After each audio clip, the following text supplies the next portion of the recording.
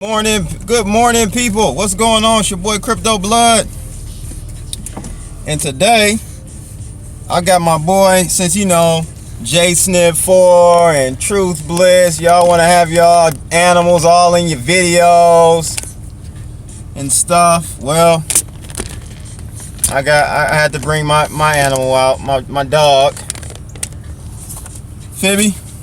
Look, everyone, meet Fibby. That's short for Fibonacci. Yes, Fibonacci, the retracements.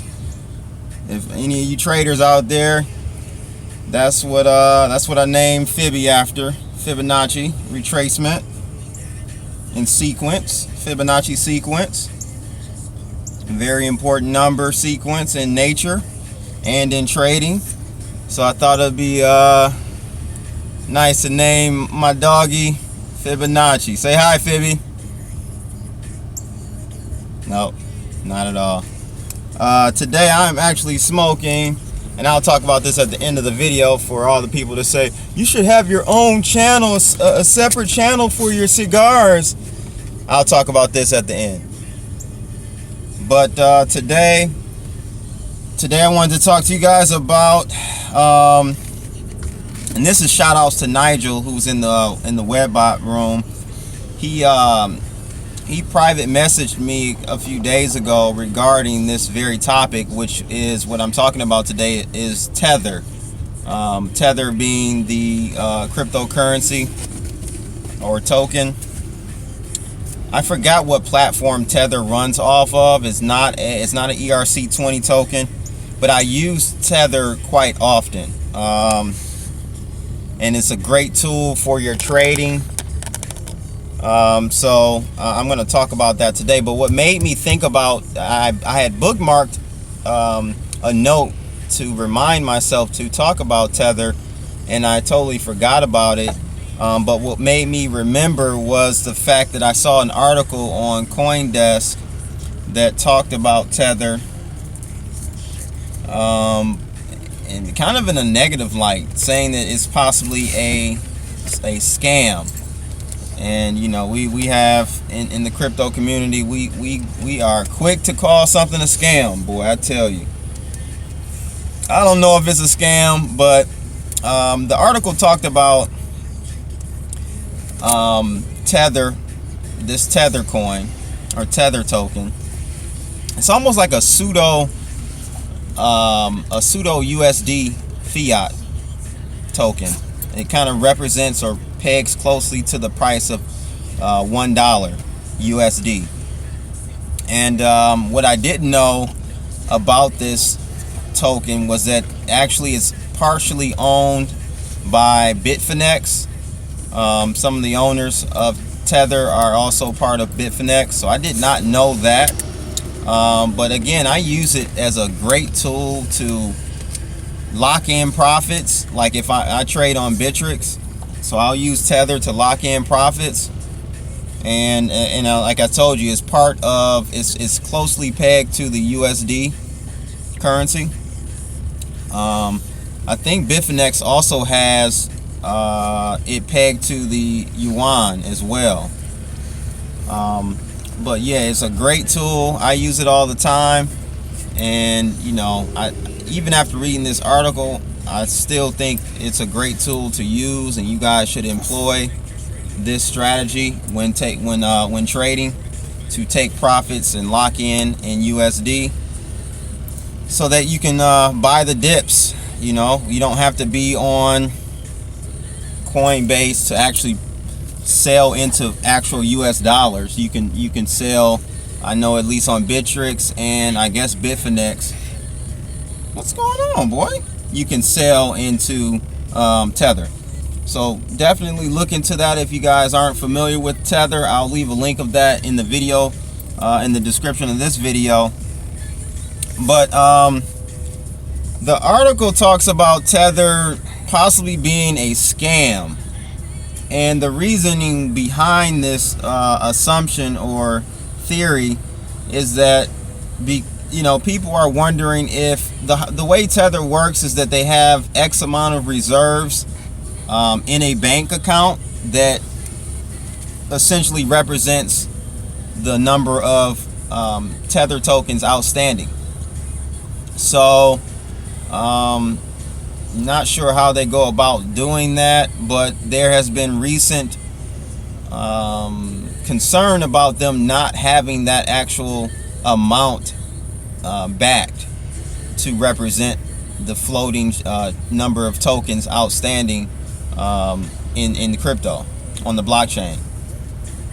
I saw an article maybe about about a month and a half or so ago, where it talked about Tether not having having issues with their banking partners. I know one in Taiwan had issue with the bank out in Taiwan, but this particular article talks about Wells Fargo actually denying or stopping some of their incoming and outgoing wire transfers, which would affect their liquidity, right? To represent the number of tokens they have outstanding, i.e., which it would in turn make sure that Tether token stays 1-to-1 with the USD. So there has been some concerns about that, and I guess people were asking on Reddit a lot, what's going on, because essentially what they promised is that they have audits on a regular basis. I think it's quarterly that they have audits for their banking accounts, I guess, or their books, period. And people are like, well, can we see these audits? I want to see what's going on. And then their responses have always been, well, the audits are for our stakeholders, they're internal, and they're for our stakeholders. Come here, boy, get up here. Come here, Fibby. Come on, Fibby, get up here, boy. So they're kind of, and so their response was that, and that has concern for many people. I mean, I don't have a concern about it just yet. I'm not saying I trust them. I don't know them, so there's no reason for me to trust them. And I'll have to do some more research on this, but I love using Tether, and it'd be interesting to see what happens with them as far as their issues with their banking partners. They did say that the banking partners they have an abundance of partnerships, but they're not with huge banks. They're kind of spread across, I guess, regional banks possibly, and some banks. I don't know if they have any more banks overseas that they've partnered with. So I'll have to do some more research and keep my eye on this. Do any of you guys use Tether to lock in profits and kind of use it as a tool for your trading? I would love to know what you guys think about Tether, and if you guys use it or not. What are you doing, boy? Sit down. So the one thing I did want to read, they made a statement about this whole ordeal. So they said that once you have tethers, you can trade them. Actually, this is not a statement. This is part of their TOS, their terms of service. And this is the statement or paragraph that people are having issues with as well. So let me just read this to you. Once you have tethers, you can trade them, keep them, or use them to pay persons that will accept your tethers. However, tethers are not money and are not monetary instruments. They are also not stored value of currency. There is no contractual right or other right or legal claim against us to redeem or exchange your tether for money. We do not guarantee any right of redemption or exchange of tethers by us for money. There is no guarantee against losses when you buy, trade, sell, or redeem tether. So that's where people are kind of like, well, I thought this is exactly what this is supposed to be. This is supposed to be like money. But my take on it is possibly they have to use that language, that verbiage, for legal purposes. So I'm not sure really exactly, what their angle is with that statement within their terms of service. But it's an interesting topic, an interesting article that I'll have to definitely stay on top of and let you guys know if anything comes of that.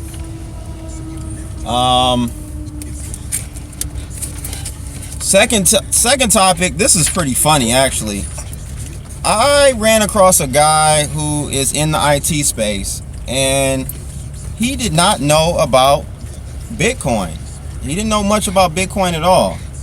I'm like, what in the world? I'm gonna have to revoke your IT title, bro. Because how could you be in IT and not know anything about Bitcoin or cryptocurrencies in general? A lot of newbies in the game that have, you know, discovered Bitcoin. They don't know about, you know, they're not IT based. They don't have a technical background. So, you know, it just kind of brought to my attention the disconnect that we have here in the United States and probably around the world as well about our fiat currency system and how much of a scam it is. And I just, you know, it made me think like, wow, a lot of people, regardless of, because I've definitely heard of people and met people who were in so-called in finance and didn't know about Bitcoin. But to see people who are in IT and not know about Bitcoin really shows me that we are very early in the game. And we probably have a kind of jaded view. The people who are in Bitcoin have a jaded view of the amount of people who actually know about Bitcoin.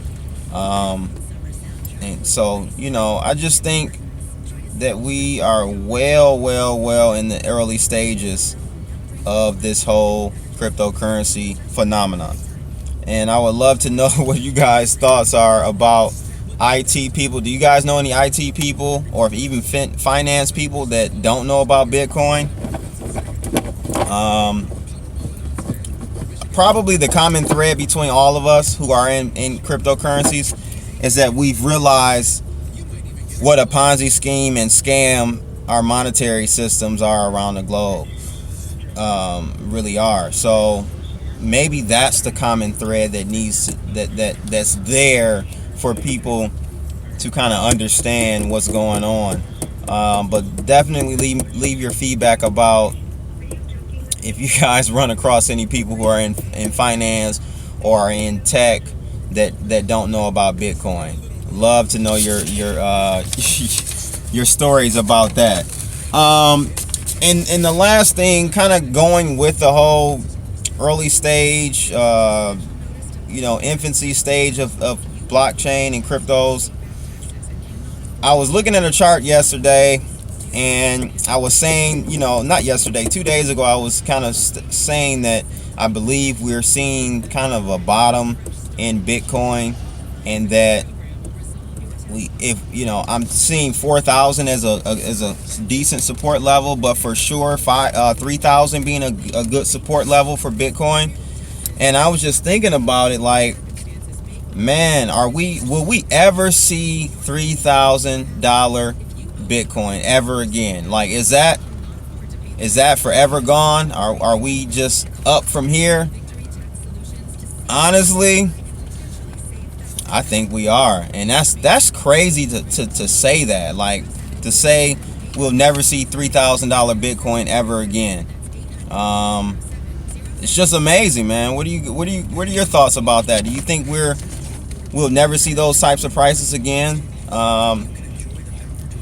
And you know, where do you think we're going in the future in the next 3 to 5 years? Where do you see Bitcoin?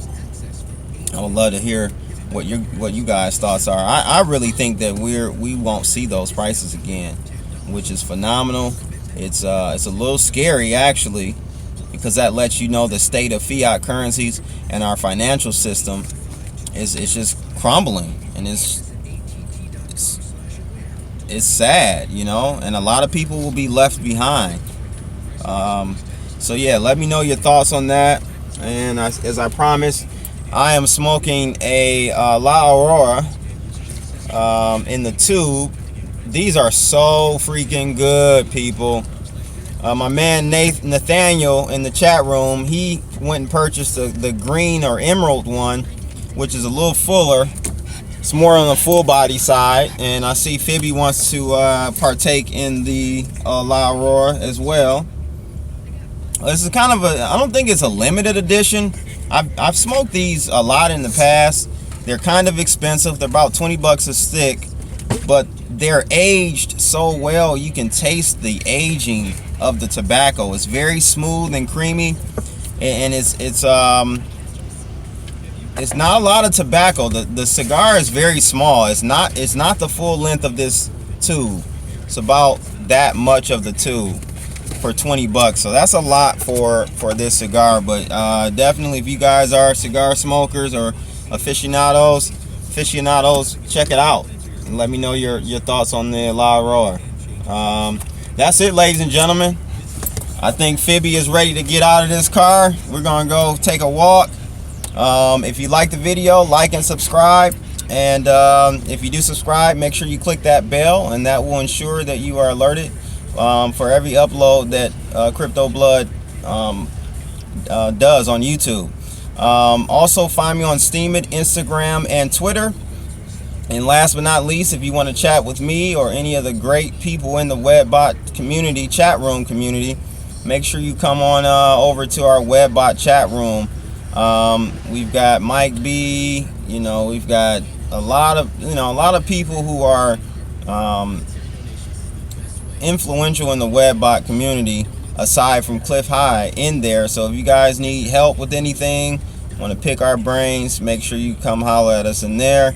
And that is it. Anything else, Phoebe? No, nothing else. It's your boy Crypto Blood. I'm out. Holla. Boom!